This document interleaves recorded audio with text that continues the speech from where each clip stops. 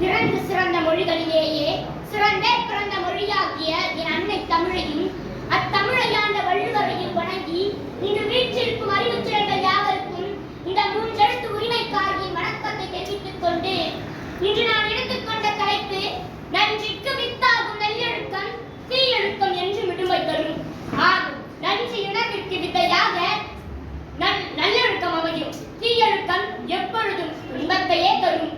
என் அன்பு தோழமைகளே, மனிதனை வளர்ப்பது ஒழுக்கம், மனிதனை உயர்த்துவது ஒழுக்கம். ஒழுக்கம் என்ற சொல் மக்கள் மன்றத்தில் பரவலாக பேசப் பெறுவதே ஆகும்.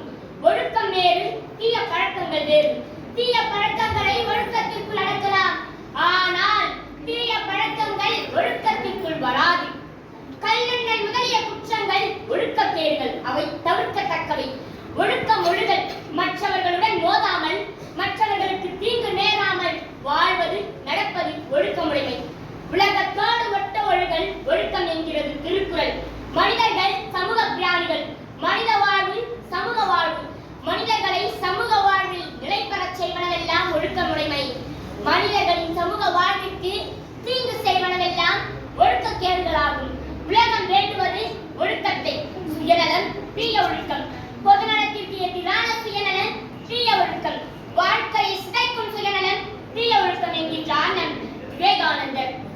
நாம் தமிழர்களாகவும் மனிதர்களாகவும் இந்தியர்களாகவும் வாழ்வது நல்லொழுக்கமாகும். நாம் இந்தியர்களாகவும் தமிழர்களாகவும் மனிதர்களாகவும் வாழ்வது நல்லொழுக்கமாகும்.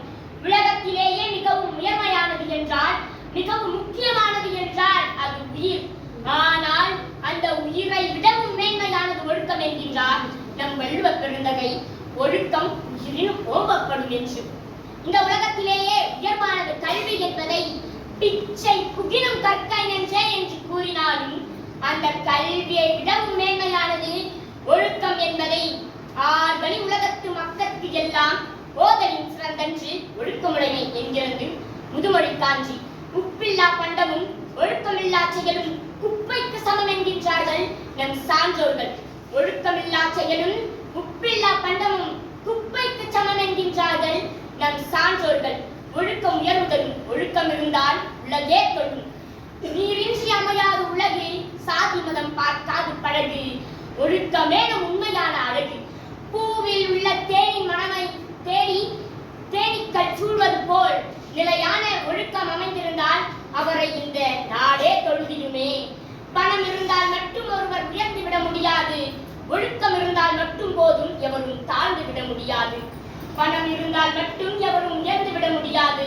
ஒழுக்கம் இருந்தால் மட்டும் போதும் எவரும் தாழ்ந்து விட முடியாது என கூறி